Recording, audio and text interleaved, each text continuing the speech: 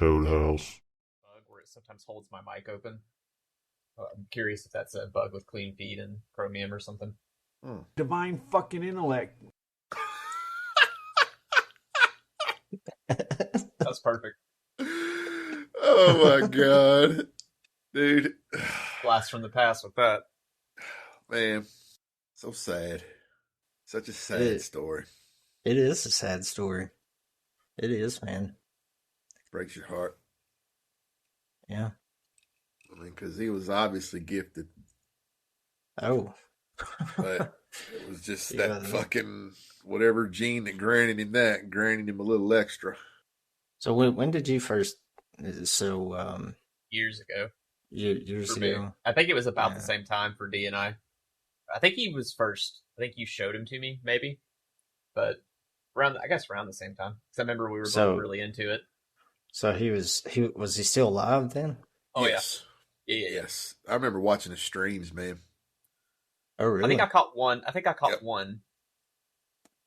They would link them on the Chans. Yeah, they would link him on the Chan. Boys, he's up. Oh. Like, oh hell. The source of truth. And for the most part, the stream, he would just be chilling, not doing much or programming. You were just kind of watching and waiting to see something insane happen. It wasn't like Jerry Springer or anything. Like it was mostly normal, and sometimes nothing happened. It's just a man chilling there programming, or talking about code, or his operating system that he built. But then sometimes he would just break out into a rant, and it's like, oh, here we go. It's a Terry rant time. Popcorn out. The dude was just, he was so fucking insane. God bless him. He was so insane. I don't know what happened to him. Part of me wonders if there was some crazy trauma that happened to him when he was younger, or if this is just all genetic and there was no escaping it. I don't know. I don't know. I kind of lean more towards genetic because I didn't do as much research as I wanted to, but I seem to remember him talking about his parents a lot. Yeah. And loved his parents. Oh yeah, no, he was the heart stuff I remember being heartbreaking was he would talk about him just like how much of a burden he felt. Yeah. Like he would just shit on himself. Just like they don't deserve this. I'm worthless. He would have those thoughts, and then in the same night, he would go cuss his dad out. Oh yeah. Right. It just be screaming at him in the living room. It's like, what is happening? Extreme mental illness. It's like, y'all want to see mental illness? Here's the real kind, y'all. Everybody that wants to pretend and think it's trendy. I don't know. Right. Here you go. And that's probably the best, like, what do you want to call it? The best, Terry A. Davis in a nutshell video you could possibly watch. And that's the one from Medicare. And it just goes, it's talking about, how he, what he did early, what happened, and then where it ended. And actually, I think he made the video before Terry died. So obviously that part wasn't in the video, but and that was kind of Medicare's point, is like all you people out there that want to get on social media and I don't know, it's not bragging, glorify but it's romanticize your a mental illness. It's like this is what actual mental illness does to you. And I'm not saying you can't be kind of depressed or kind of, but I'm talking about people who get out there and they're like, oh no, I have schizophrenia, or I have debilitating OCD. And it's like, I don't know. If you did, I don't know. You might have a rough go of it. Speaking of OCD, well, actually, just to catch everybody up, we're talking about Terry A. Davis tonight, and just about what he did and his life and stuff like that. But and if you've never heard of him, don't feel bad. He's not famous necessarily. No, he's pretty obscure. But definitely look him up. Yeah, it's a good story. Anyway, so uh, back when I was in uh, radiology school, Yeah. I had a friend who was in the class with me, and he had OCD, pretty bad, but it was just about certain things, like you hear people say or tell stories about having OCD where they have to flip the light switch like 2 or 3 times before they leave a room. Right. Right? Yeah, I heard stuff Yeah. like that. Yeah, Yeah. yeah, Yeah. of course. So his manifested in some kind of bizarre ways, and I'm not trying to make fun of him or anything like that, but it was strange to me at the time, and I didn't really have a strong appreciation for it because I was young and I was just kind of stupid, when it comes to stuff like that. Yeah. But anyways, we had gone to New York City, me, him, and um, it was like a double date type thing, All So right. we both took our girls up to New York City, and Wow. yeah, yeah, and Quite the we date. hung out. Well, I mean, it was like a 3 day adventure type thing, but we had gone to this bar club thing, and it was like down in the basement of another building, and I'll never forget, man, this lady, big lady, um, got up on stage and sang "Total Eclipse of the Heart," and man, it was so good, so good. She could really sing, and I was drunk, so there's that Oh yeah, too. It's there's that She a much made plus better. modifier. Yeah, yeah, yeah. yeah, there's a modifier there, you know. But anyways, on the way back, we were walking, and I Where noticed you he walking was. here? Oh. I noticed he kept doing something. He kept going back to an alley and, you know, looking down the alley again. And then I would notice his girlfriend at the time, she would go back to the alley and look and then come back and tell him Oh something. God, she had to do it too. She had to do it too. Yeah. Oh no. And Wait. So the, she had to do it to help him? Like his yeah, tick was both okay. I didn't know if yeah, they were yeah. both, they happened to have it or if she was doing it to help him kind of deal. No, she was doing it to help him. Yeah, sorry Yeah, for okay. the I didn't mean to No, it's fine. confuse y'all, but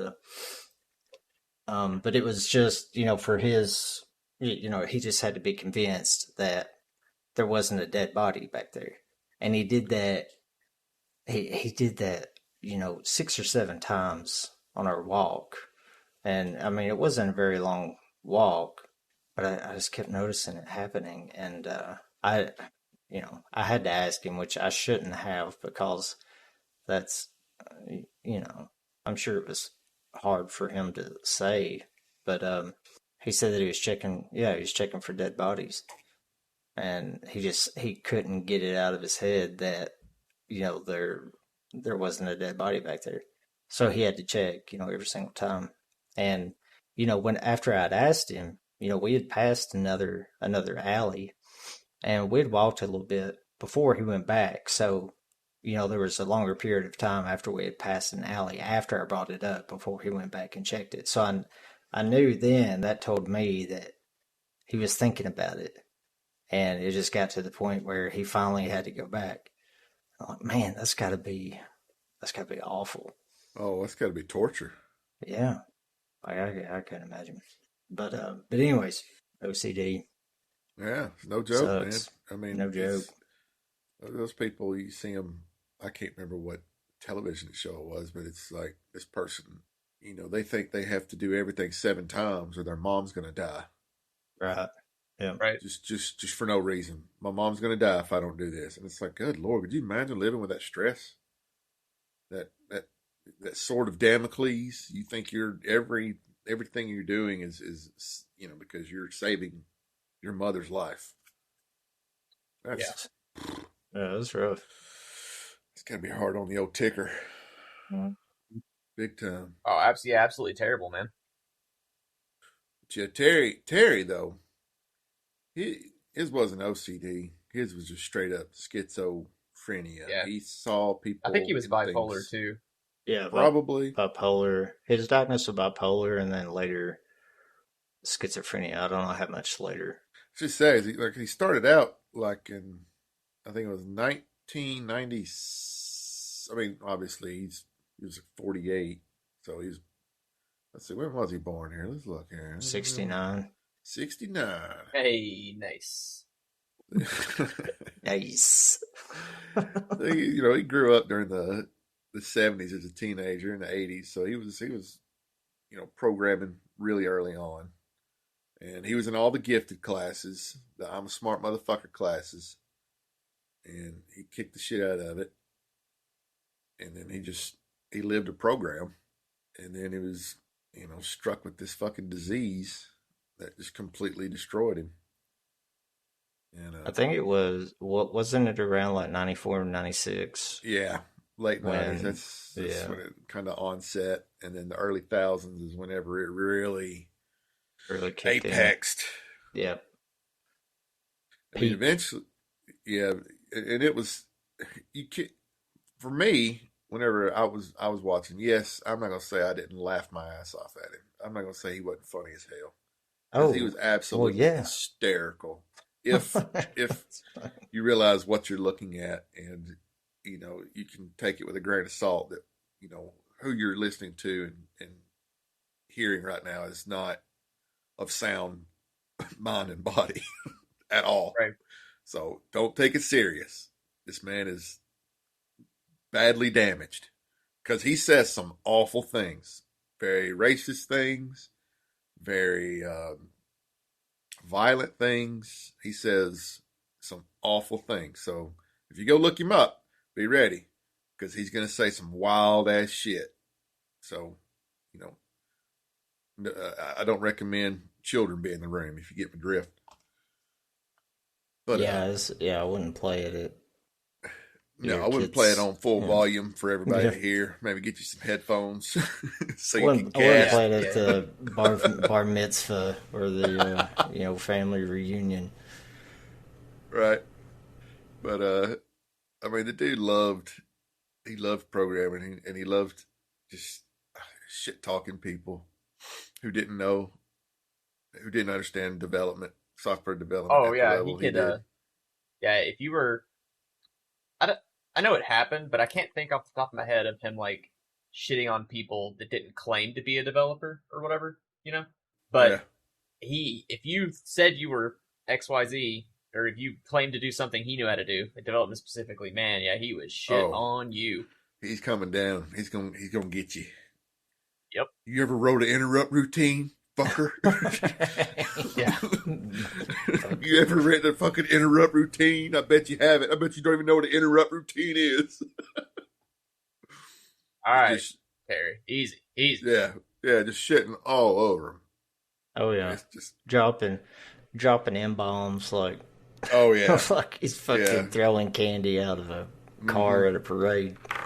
And that was something he valued highly. He said that's what made him free. He said, I can do this. I can say this word. That's why I'm free. And it's like, okay. Wow. It's your thing, guy, I guess. It's a version. I mean, it's, yeah. It's a version of freedom, I guess. Yeah. You might get your ass beat. Right. You're not free from consequences, like that age-old saying. Right. Freedom of speech is not freedom from consequences. Not at all.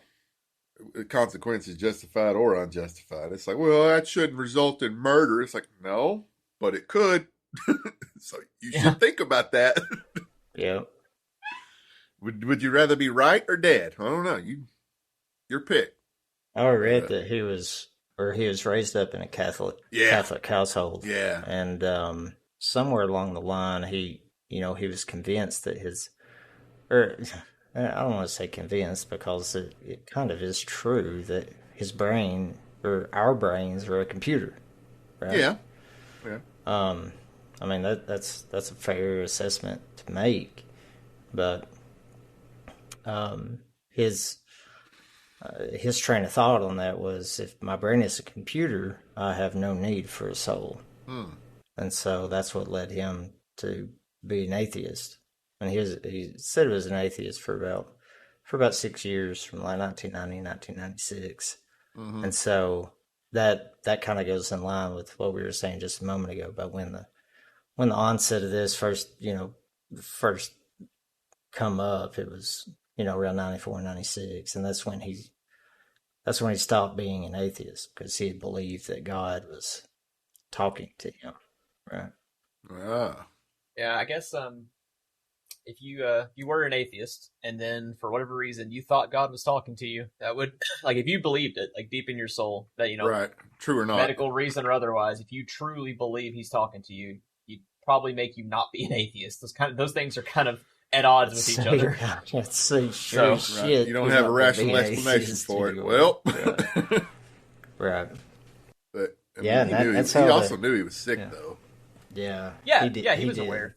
I read a pretty good article that was written back in 2014 called "God's Lonely Programmer." Oh yeah. Yeah, Yeah. I found that article just now because I was looking for. I wanted to just remind myself of some stuff. Yeah, it's good too. It's empathetic, tries to be understanding of his predicament. It's a good read. Have you seen the LinkedIn page that someone's kept going for him? No, Because it No says way. he's been debugging with Jesus from August 2018 till present for Almost Heaven Incorporated. Here, I'll link this to y'all. Hold on. I mean, you can find it easy enough. No but way. If you check our chat, have a little look see, sir. Oh man. I think that's pretty funny. If I was his family, I'd probably be offended, I guess, but I don't really see that as harming anything. No, it's not. But the sad thing is, there ain't much family to speak of. I think he had a sister. That's all that's left. Oh, all that's left. Okay. Mhm, I was yeah. gonna say he had. I think he grew up with like five. Yeah, like five siblings. Okay, But I well don't- then he may have many more. All I remember him talking about was his sister. So, Well, he oh wait, no. I do according, remember according him to that talking- article, he kind of wrote him off. Which I think I know why, yeah. but I ain't gonna Yeah. say it here. It's awful. No, I know he had a sister, and he spoke highly of her. That I recall, but I mean, the important people were his mother and his father. Yeah.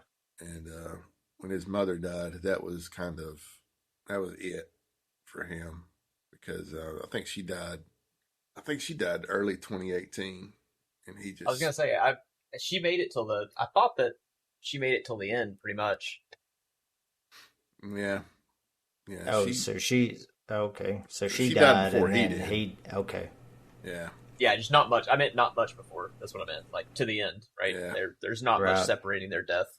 Yeah, she died, and then he couldn't cope with it at all, and it led him to take his own life. And Yeah. and then his father died, I think, less than a year after that. Damn. 'Cause, I mean, yeah. can't really. What's he got to live for? Like even Right. problems with son or not. I mean, your son that's been with you and you've been taken care of. Your wife dies, right? So that's Right. A. Love but your then life is son, gone. right? And then your son, with all the problems and everything, he dies. It's like, well, and you're what, late 80s, I think. Mm-hmm. So Yeah, they were very elderly. you've lived a full life. I mean, you could keep going, obviously. See Betty White, but you've lived a pretty full life. So it's like, oh, okay. Yeah. And isn't that amazing how human will factors into that so hard? Yeah, that's why they Because- used to call it "died of a broken heart." Like they Yeah. didn't have the like. There's been some studies into the psychological effects, and they're not conclusive, of course, because it gets kind of weird, a little bit pseudosciencey, and it's just hard to get data. But there's conjecture about how like you're it's not. They quantify it differently. I can't think of the word right now. They don't call it willpower, but like how if you have something to live for example, or if you just don't want to die, you can fight off illnesses like even cancer. They go into remission. Yeah. It's one reason why sometimes kids are able to fight off very terminal, like late stage. They think it's terminal cancer. I mean, sometimes kids get wrecked too because they're young, Sure. but there are cases where it's like doctors like they're fucked. There is no way, and then the kid pushes it into remission. They're like, what the shit? So Right. I mean, Yeah. it plays a factor, and it could just, for all we know, in 30 years we'll find out it's some genetic thing. It's like, oh, okay, well that's what happened. But Oh, right. they don't have data for it now. It just seems like Yeah. if you have something quote unquote to live for, which is kind of nebulous, but if you have willpower, you have something to live for. If you want to live, it helps. If you just want to die, if you're terminally ill and your family's dead or you hate yourself or whatever, you know. Yeah. I'm sure y'all have heard of this anecdote about, people working, when they're in their twilight years, and then they quit work, and then shortly after and then they just fucking die. Yes. Yep. Yeah. Dude, that shit bugs me. That shit right there bugs the crap out of me because I can. Oh, sorry. Go ahead. I just say I've worked with a handful of people, old timers. They work for a company 45, been here 45 years, and it's like, hey, the first thought that hits my brain is fucking why, but the second part is, won't you go on, and Right. you ain't got many more years to clock, man. You need to check out of this stage and go chill. But it's just, I guess, work is the meaning. And once they lose the meaning, then, the body gives up. For me personally, this is just me, right? I have not looked into this, but I can kind of in my own head rationalize that better than just will to live because in general, when you're working, even if it's a desk job, like let's take the extremes on both ends. Let's take a desk job versus, I don't know, fucking welder, manual labor of some kind, carpenter. Sure. If you're getting old, even if you're just in your 60s, not talking about 80 years old, you're getting old. Especially if you have an active job, it makes you active. You move, you keep your blood flowing, you keep your metabolism up. Exercise is very important as you get older. Not lifting weights, not deadlifting 800 pounds, but just being active. And then you retire, and if you don't have something else to keep you active, like, I don't know, staying outside or gardening or going on vacate trips, and if you just sit at home and you're a dead ass, it makes sense to me. It follows that it could lead to a congenital problem you've been fighting off by being somewhat active your whole life. You stop moving, and your heart's just like, well, fuck you too, and you die. Like, again, you know what? That makes perfect sense. Yeah, this one I can explain. The willpower one, no idea. I don't get it. But this one, what about the desk job? So, I'm sorry. Yeah, that one's harder, but I still think that having maybe it plays into willpower a little bit, but to me there is a difference between having a job that you get up for and do stuff. Your mind's active too. You're doing something for X hours a day, even though, people meme all the time, and me included. There's things I'd rather be doing. I'd love to play with my dog sometimes and not stare at a fucking screen.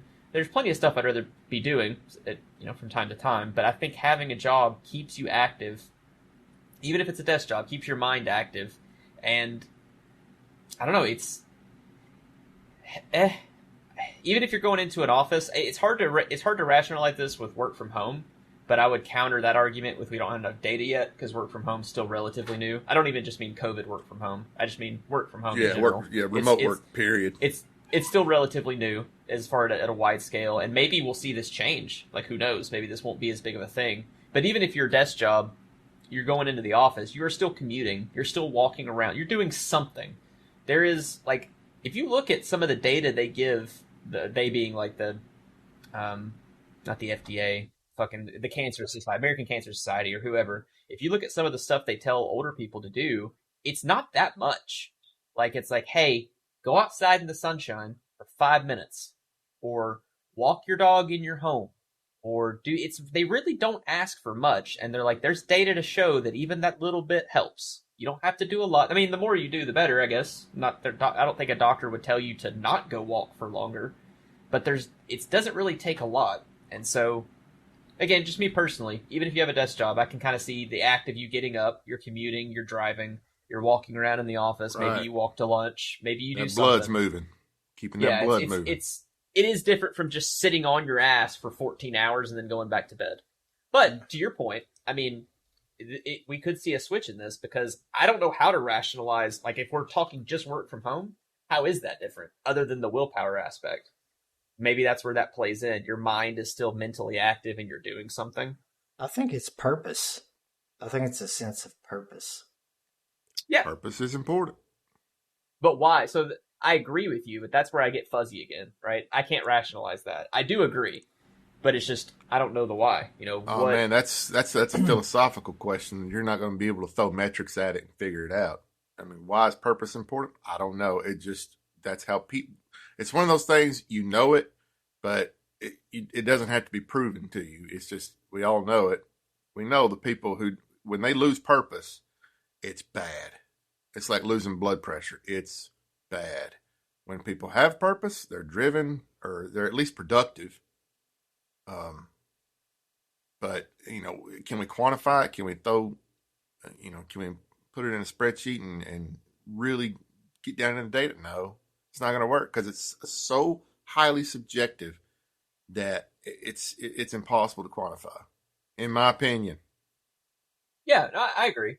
I'm not, just because we can't quantify it, I'm not saying it's not real. I'm just saying I don't have an answer for it. I would like one. I think it'd be cool, but I just don't have one. Yeah, no. Yeah, I'll never get an answer to that one. Never get an answer to that one. What's the meaning of life? I mean, yeah, maybe it's that's really it. Maybe it's, I mean, because I think, looking at that, to take what am I trying to say here?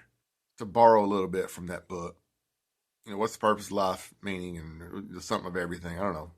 What's the actual question they asked? Oh, Hitchhiker's Guide. Yeah, what was the question they asked? They asked what the meaning of life was, and the machine said 42. Right, but see, that was the thing. It's like your question's wrong, and I think that's what he was getting at. I don't know what they modified. I thought you meant the question when they built the machine. They asked, what's the meaning of life? Right. I don't know. What's the meaning of life? What's the meaning of life? Purpose of everything, or something like that. It felt like it was a little longer, but it was just that it gave back the answer of 42 was a clear indication that your question was stupid. And yeah, you may want to know that, but it's still the wrong question. And that might be what we're doing here. It's like, why does purpose, extend your life, or why is it that people without purpose tend to have a rougher go of it than people who find a purpose? And it's like, I don't know, maybe that's the wrong question. Maybe that's what kept, to pull it back into what we were talking about originally, maybe that's what kept Terry going, because he created a purpose. He created a purpose. He created Temple OS, his own operating system, to talk to God through a random word generator. 640 by 480, the covenant shall not be broken. Right. Non-preemptive, multitasking. Right. And it even has nice little graphics, and you can play hymns to God. Oh, I also remember, I don't remember what, the actual quote was, God said 640 by 480, 16 color was a covenant, like circumcision. yeah, 16 color. Yeah. 16-bit color is a covenant. I love how he also, I can't find any quotes about it yet, but I do remember him being real big on it not being networked at all. There was no networking stack, period. No network, no graphics. No, there were. There were graphics. There were graphics, CGA, but they it was bitmap. It was bitmap graphics. But it was all running off of the CPU. He wasn't using any kind of graphics card core. Correct. Yeah. Yeah, he did all that, and maybe 2.1 megabytes. 2.1 megabytes. Sorry, the whole operating system was. Yeah. God, 2.1 megabytes. Can you believe that? No. I'm actually surprised by that, not because of the code, because it's, assembly is small, but just because there was basic bitmaps and stuff that he used. Maybe the quote, I'm not saying you're wrong or misquoting it, but maybe that what they mean is this 2.1 megabytes of quote unquote code. That doesn't count assets, right? That doesn't count. Sure. That's true. That's true. And then that was taken. He may have been just talking about purely the OS, and that was It was around 100,000 lines of code. This is coming from his video, one of his streams, and it was he was saying 2.1 megabytes. So you're probably right about that. Yeah. But still, I mean, I'm not diminishing it. That's still insanely slimmed. Like, it's fucking nuts. Oh, yeah. I do love what he named the random number or random word generator. He called it the Oracle. The Oracle. The Oracle. Because that's how God talked. He spoke through the Oracle. Oh, yeah. Mm-hmm. Oh, yeah, man. He had a fucking, like, mesh editor, 3D mesh editor, all this flight simulator.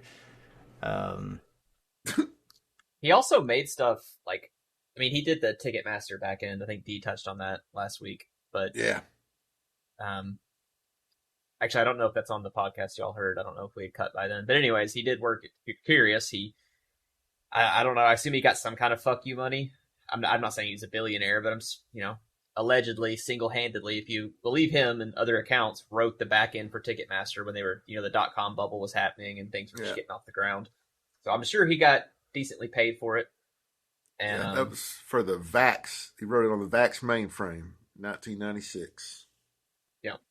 Yeah. His fake LinkedIn shows that he was employed there for I think 5 or 6 years, which I believe it. I think what I was trying to say though, he also he did write other tools. I'm pretty sure, like he did other stuff on the side. Like Temple OS was his thing. That was his project from the ground up. And I mean, if anyone is listening and you are, if you understand how much of an achievement that is, or if you don't, I think it's really important to not undersell what that means, because I'm not being elitist. First off, even if you take, like, we'll use Linux as an example. Even if you take and make your own Linux distribution by taking a copy of and changing Debian, a popular distro, even if you do that and you put your own spin on it, I'm not diminishing the work, because you could do a lot doing that. That's how a lot of Linux distributions are born. It's how Ubuntu came around. It's a very popular one. They forked Debian and they did a lot of shit to it. But you're still starting with a base, and I'm simplifying it, so fuck off if you're, it's not how it works. Okay, yeah. But you still got a foundation to build on. Right. And this guy didn't. He did not build off anything. So all the stuff that you take for granted when you start with a base, I mean, it's like with development and programming, it's like the difference between using something with a lot of libraries, like I'll say Python, because I understand it myself. Python can still be very complex, and you can do a lot of powerful shit with it, but you have all these libraries at your fingertips that can make your job so much easier. You don't have to reinvent the wheel if you don't want to. Whereas if you're writing, MASM assembly, like, you gotta fucking do... Well, that's a bad example. MASM has functions too, but you get my point. You still have to do fucking everything on your own almost. Every single operation. You gotta consider it. You gotta account for it. You gotta error check it. On and on and on and on. And it is a massive undertaking. Only a madman would do it. Yeah. As Terry would say, you're not a trailblazer if you're following someone's trail. I mean, well, he definitely burned his own one.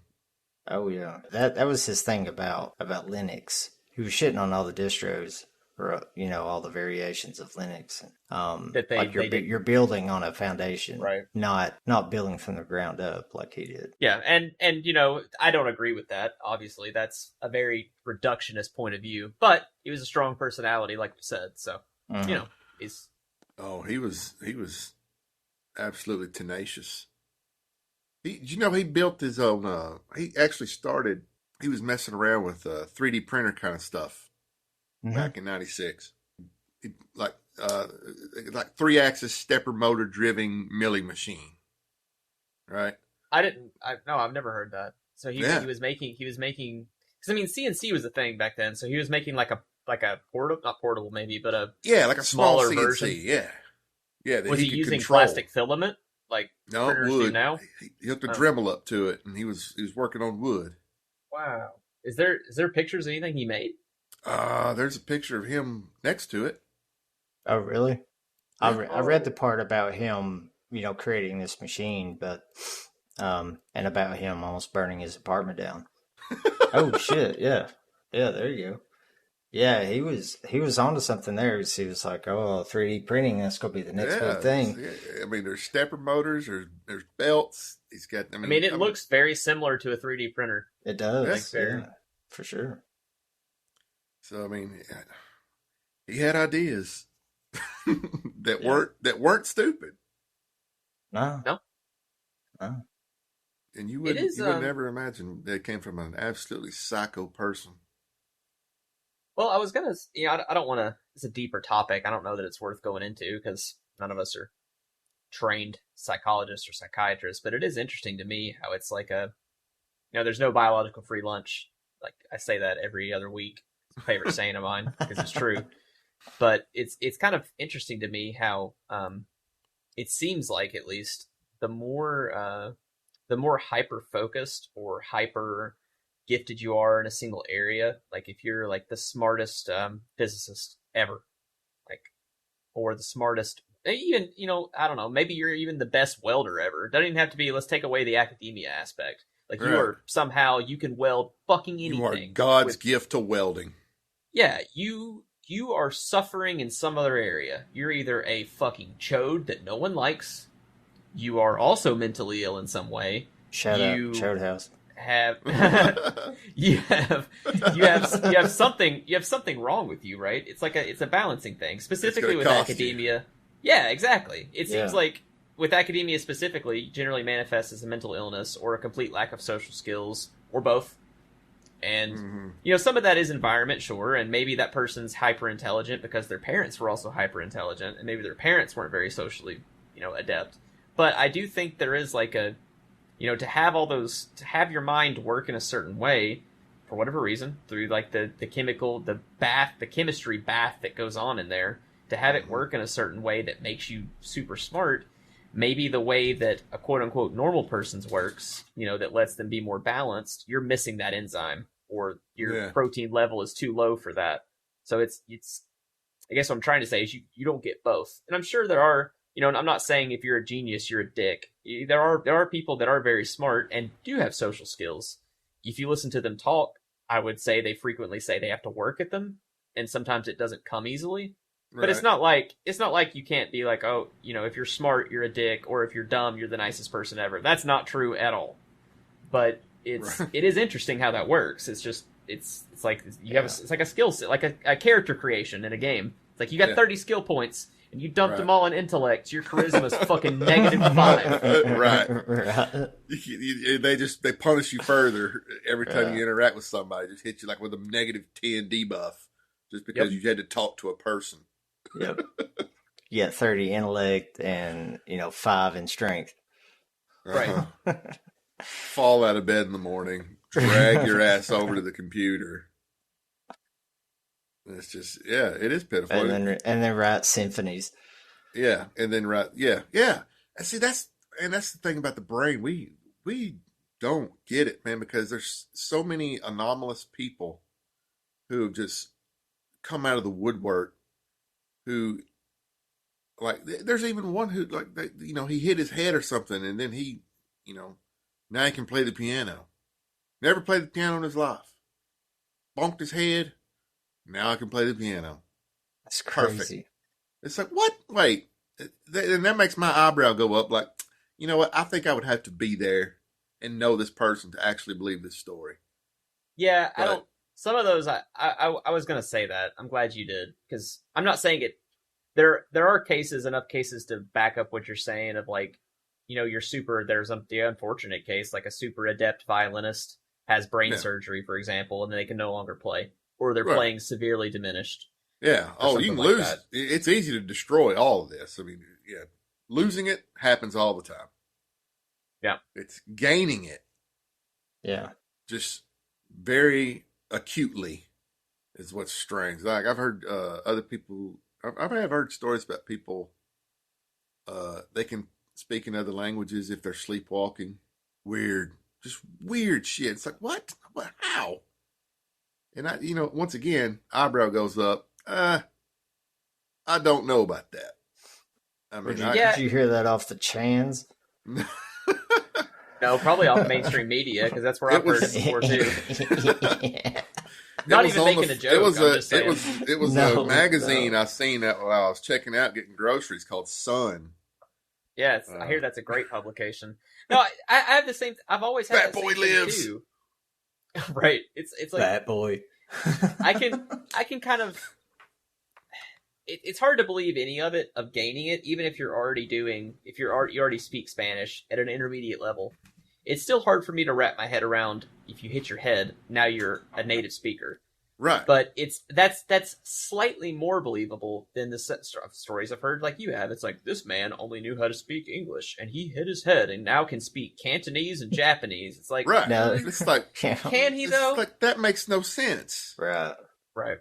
It's like those utterances, the phonetics, did he ever hear them before? Right. Well, exactly, because you're not just born with it. Or That's not how that works. Unless we're implying like literal genetic memory. Some great grandfather or grandmother was Cantonese. No, it's just clickbait. Slipped one in there. It's an old clickbait too. It's from the magazines you're talking about, and like the tabloids and magazines from 30, 40, 50 years ago even. Like it's just clickbait. It's fantastical because people want to believe it. Here's what we do know. Here's what is true. There are people who are, they can't tie their shoelaces, but they can play piano and violin and do these things that are extraordinary to a virtuoso level. But like I said, can't tie their shoes, can't talk to a person, can't cook breakfast for themselves or something like that. Yeah. But they can do this other thing. It's like, what the fuck is that? What is that? What is happening in their brain that lets them? What is happening in their brain that lets them develop an operating system from the ground up in just a couple of years? But he can't go outside without screaming at people and starting a fight. I think some of it. I can speak a little bit on a personal level to like the music thing. I think for some of those people like that are really gifted, but they're mentally challenged, like they, literally are quote unquote retarded with their IQ level, even though they're a virtuoso. Like an IQ test would say they're not. They're like barely functioning. Right. IQ 68.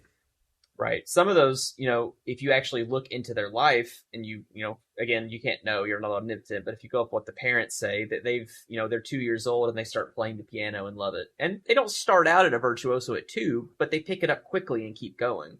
So it is still something unlocking in their brain, but it's not like, to use the example of languages, it's not like they wake up when they're 30 and they start playing things perfectly. They practice still, and but they obsess over it.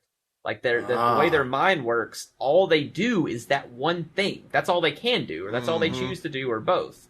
There are other instances with music where, like, I have a half sister who's Down syndrome, and a lot of stuff wrong with her, but she is able to mimic people on a piano. And it's, when I say mimic, because she doesn't really practice, or I don't know. Last time I knew what she was doing. She didn't practice. It wasn't something she was super interested in. She just liked listening. But she would listen to family members come over and, like, I don't know, maybe they're average at the piano or whatever, they play something. And she would just watch them play, and then she would, like, laugh and go to the piano and play it back. And it's, to me, that's not necessarily that she's the savant, because, again, she's not composing things on her own, and she's not playing it all the time, but there is something in her head that lets her hear something for whatever reason and watch their hands, and she can just repeat it. Yeah. So, what the fuck is that? I don't know, man. And why aren't we studying this? Because, man, if you could unlock that. Oh, well, no, hold on. They are studying it. They just don't know what the fuck they're doing. They're trying, believe me. Yeah. They're fucking giving her trying. hell.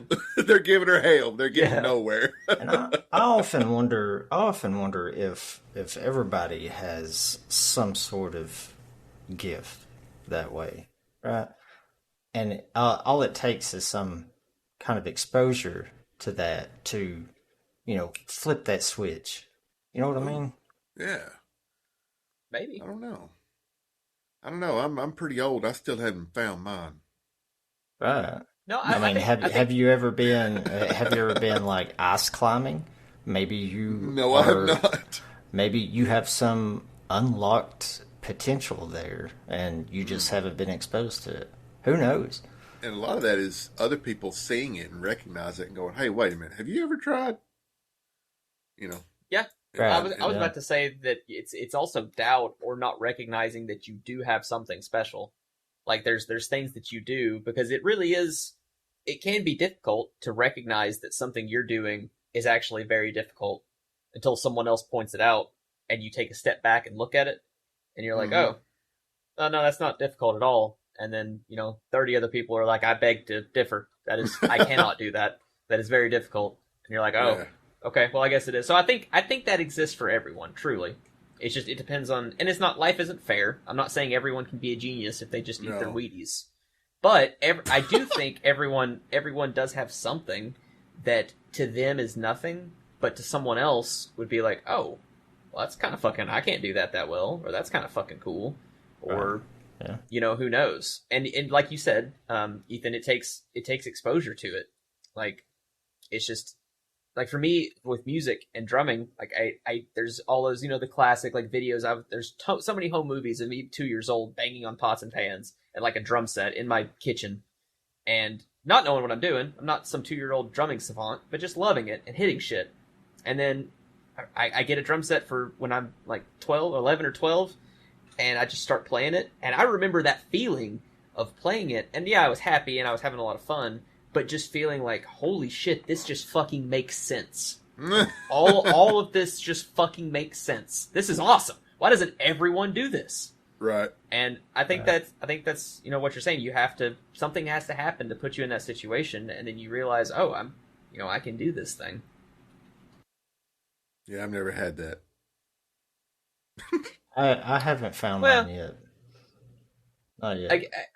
And jokes aside, you may not have consciously, maybe you haven't had something with that conscious revelation, but again, if you could somehow take an inventory of it, and if people would, sit down with 100 strangers and talk about shit, there would be something that you do. Oh, I'm not saying I'm not something. good at something. I just don't think I'm. I don't think I'm extraordinary at anything. It's like, Oh man. I'm great at a lot of. I'm good at a lot of things. I'm good at a lot of things, but I'm not. Well, it depends on how unbelievable. how are you comparing yourself, right? Like if Well, you I always, don't know. because I do the same thing too. Like, Let's skip this. No. I'm not. I'm just. We don't have to use ourselves for examples. I'm just saying, like, it is a trap to compare. You only compare yourself against the absolute elite, right? Mhm. And Oh, yeah. sure, like pretend like you're like working out or whatever. You're like, yeah, I got my bench press to 145 or 135. This is awesome. And then you fucking go on Instagram and you see Ndamukong Suh for the fucking Detroit Lions bench pressing 500 pounds with one hand, and you're like, Wait, like, did oh. that happen?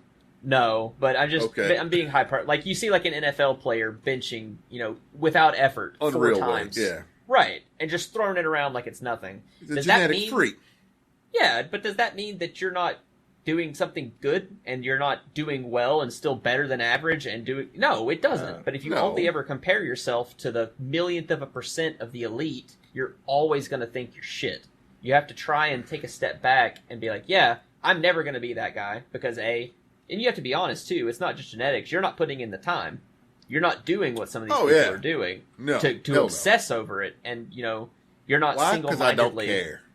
Yeah, sure. I just don't care that much. Or yeah, there's nothing wrong with it, but that is something else. I think that people get mad that they're not good at something, or they get frustrated, and they, Right. some people use it's just genetics as an excuse. And yeah, sure, especially with physical activity, that can play a role, but you don't see the hours and hours of failure and practice and just devotion to this one thing that this person's doing. You don't see that. You see the end result after they've done it for thousands and thousands and thousands of hours, and you get ass mad because you can't do it. It's like, well, if you had put in the 20,000 hours learning guitar that this guy did, maybe you could fucking do what he did.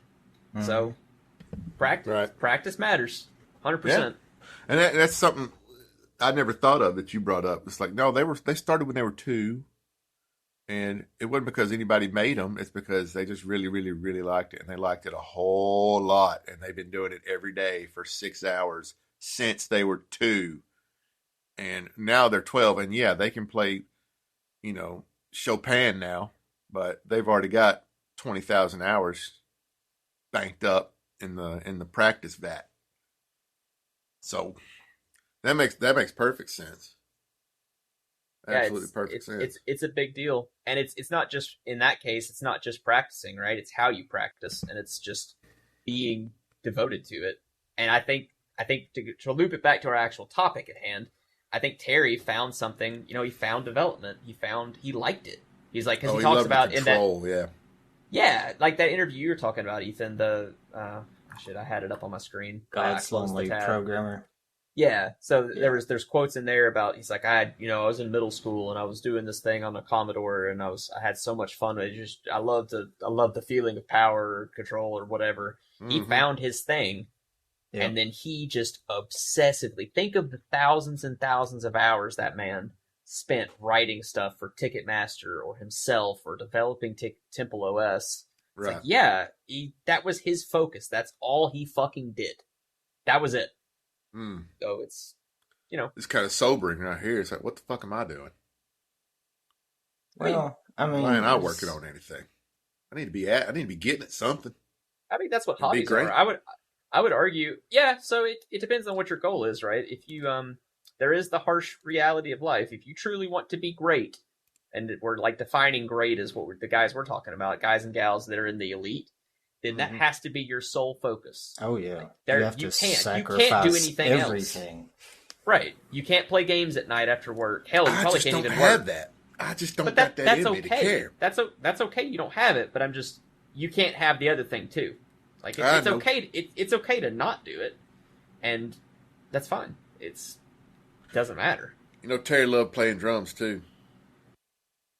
I didn't actually know that. No, did you know that? I did not. No, I did not. He couldn't play them. But it was like a hobby, I guess. It was, well, it's like me playing drums, right? He just loved banging on shit and being loud because, like he would do videos and streams, and he would take songs, and he would bang on his desk along with it and sing. And then somebody finally they figured out where he lived, and they put the money together and they sent him a mini drum set. And I say mini, like it's probably bongos. Well, it's like 2 feet wide. I mean, it took up a very small amount of space. Tiny. Yeah. But man, he fucked that thing up. He would be screaming and just beating the hell out of it, singing. That's awesome, man. That's awesome. It drove his parents insane with it.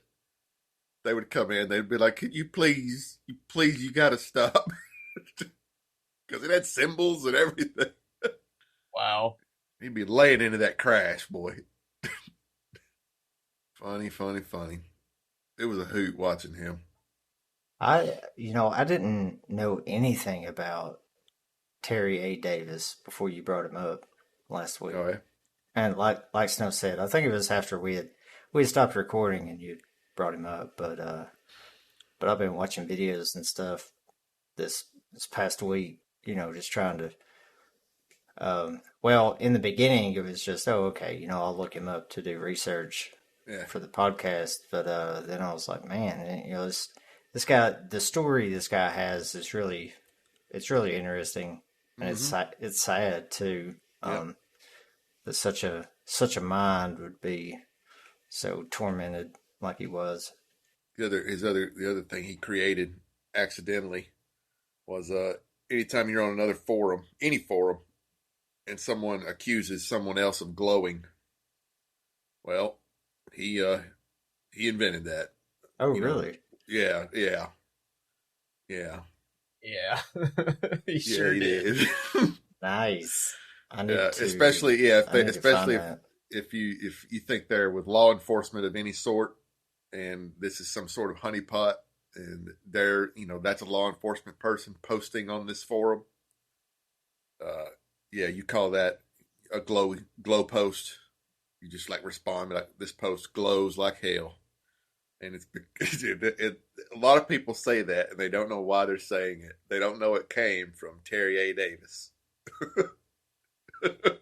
They just think it's because we say that law enforcement glows. It's like, well, they do and they don't.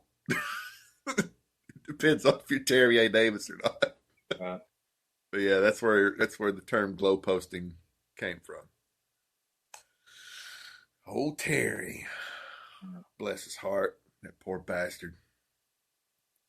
Well, to wrap us up, I wanted to play a video, so everybody can hear it. This is the last video that Terry A. Davis had recorded, and I think that it certainly shed some light on, you know, the mental illness and you know, what he was going through, and you know, just his and I mean, you can certainly pick up on his temperament, you know, during his last days. But this comes from, and you know, I hope they don't chase me down and tell me to take this episode down or anything. But this comes from the Terry Davis YouTube channel.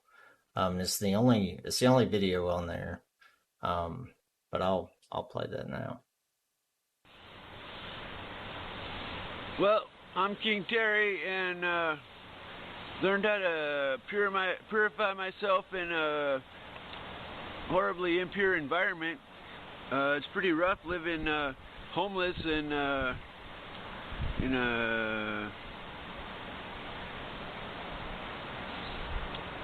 field outside a little town, and coming into their library, and it's a very pure town, and must have been an extreme shock to them to see such a horribly sick person come in here and pollute everything. And it was a lot of torture to snap me into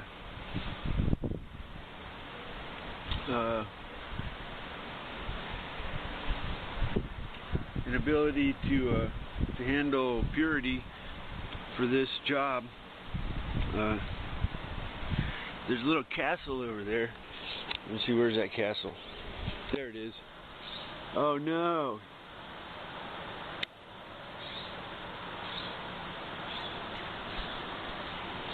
So that's a little castle. I don't know. I really like this library.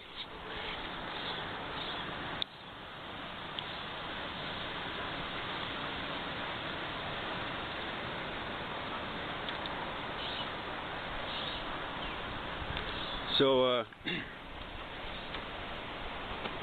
come here and use their computer and smoke out here.